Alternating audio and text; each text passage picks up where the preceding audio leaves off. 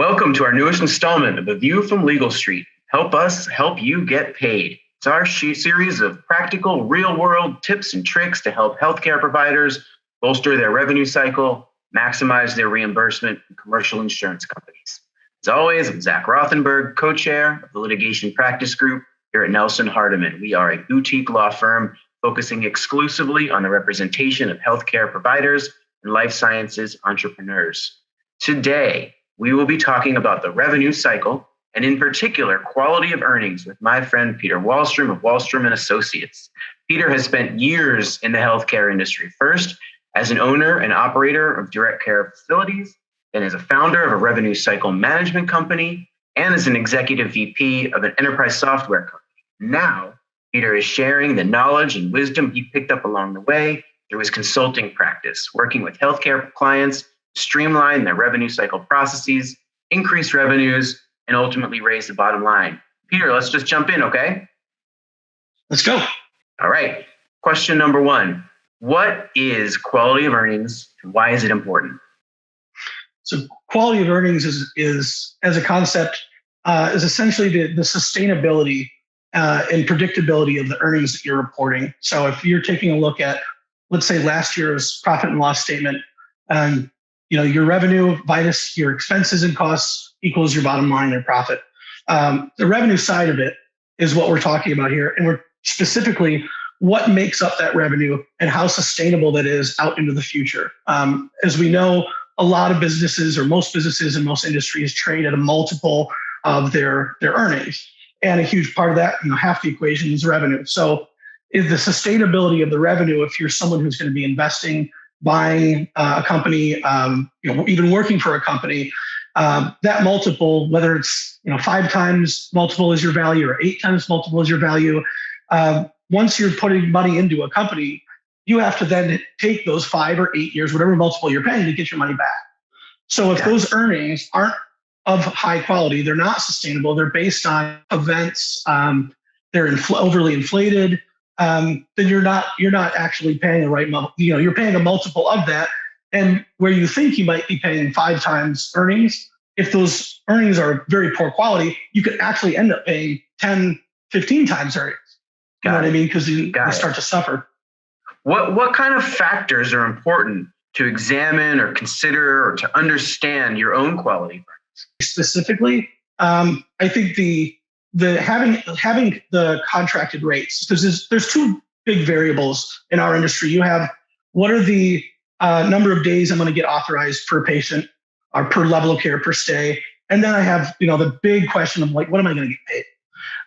If you can nail those down and get some reliance, some sustainability on your rates, then you're less exposed to these insular or proprietary fluctuations that insurance companies start doing with their allowed amounts that they pay. You're fully out of network.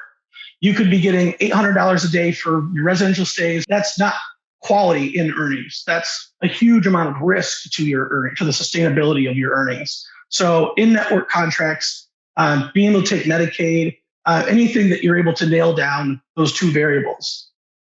Okay, that makes a lot of sense to control the outside variables beyond your control. What other advice would you give on how to increase your quality of earnings? A big one that I see a lot is people try to chase down alternate profit centers or ultimate revenue streams. Mm-hmm. If you sell furniture, your revenue should be coming from building and selling furniture. If you're in providing treatment services, your revenue should be from providing treatment services, the business that you're in, not lab services, not ancillary services. Every time I've looked at people trying to chase down ancillary services or alternate streams of revenue, COVID testing, the flame is never worth the wax you burn to get it. It's just not. You have to hire more staff. You have to get authorizations on all these one-off services, and you end up showing up on the radar of payers. They don't want you to be billing for all that stuff. They see it as a per diem rate. So know your business model and know the way you're set up, how many beds you have, what levels of care you have, analyze your business model, be reasonable with how much you're going to get paid per day, be reasonable with what your census is going to be, and make sure that you can survive on that by providing treatment. Okay, 2 more questions while I've got you. As healthcare and even behavioral healthcare moves from fee-for-service to a value-based care, how has this affected, or how do you anticipate this affecting how we look at quality of earnings?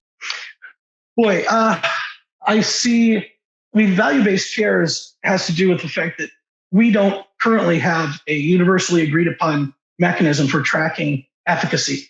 Does what we do work? What types of things, modalities, care systems exist, and how do they work in compared to each other? So as far as quality of earnings, if you're not tracking outcomes and you're not talking to payers about what they value as far as outcome metrics, because you can track a lot of stuff that nobody cares about. And then when you go to say, hey, look how well I'm doing, they say, that's not how well I measure. That's not how I measure how well you do. You have to track all this stuff now. So that you're having conversations with your various stakeholders, governing bodies, payers, about what they value as far as how to show value to key metrics, that you are tracking them, you have a mechanism of doing it. The risk to quality of earnings is you're going to have payers eventually say, we won't even certify you in the front end. You'll lose your contract. You won't be able to take the patients. You won't be able to admit the patients, essentially. And it'll happen one by one, not all at once. But, say that Aetna, Blue, New Direction, someone's going to come to you, or more than one, and say, hey, if you don't track this stuff and have a 6-month track record to show me, sorry, you don't take our patients. Oh, you're in network? Sorry, you don't have a contract anymore. That's where it's going. It'll be enforced. So, you have to have to be in that outcome tracking, outcome measuring arena already, and be talking to your various governing bodies who you report to about what they see as a representation of value. Yep, great answer. Last question here. In your dream scenario, when is the best time for healthcare businesses to start thinking about bringing in a professional like yourself to address quality of earnings? Just hearing the word quality of earnings from someone else that is looking to invest or looking to buy, then it's too late. It's not going to be a fun conversation. Yep. It's because they're going to be scrutinizing it. I saw places 80% of their revenue was from labs, 80% of their revenue, top line revenue. You have to be looking at this stuff in a very proactive manner. You have to keep your house clean, because once you start having people address these issues with you, that in ways that they're scrutinizing them, because you haven't kept your house clean, because you do have issues or holes in these kinds of concepts, then you start to lose traction with these investors or with these transaction maker, whatever transaction you're trying to do, raise money through a bank. Once they start shooting holes in it, you lose credibility. Then you start floundering, trying to clean up, and you stop focusing on running your business. Then your business starts to suffer. Then your business starts to do even worse. And it's this black hole that starts happening, or this kind of snowball going down the hill, whatever metaphor you want to use. It gets momentum where you as a business owner, as a business operators, you can't afford to take your eye off your business. Yep. Once you start thinking you can, and start focusing on these things, because lately you've been able to take and play golf twice a week instead of being at the office, your business starts to suffer. It just does, and it saps the life out of you, and you lose all credibility with these, and then you start getting into predatory lenders instead of top tier lenders, and then your interest rates start going up, and you really start to spiral. And in a business where I don't think any of us have margins in our businesses that can afford to suffer, interest rates going on our debt from 5-7% to 15%. It's just not in the cards for us.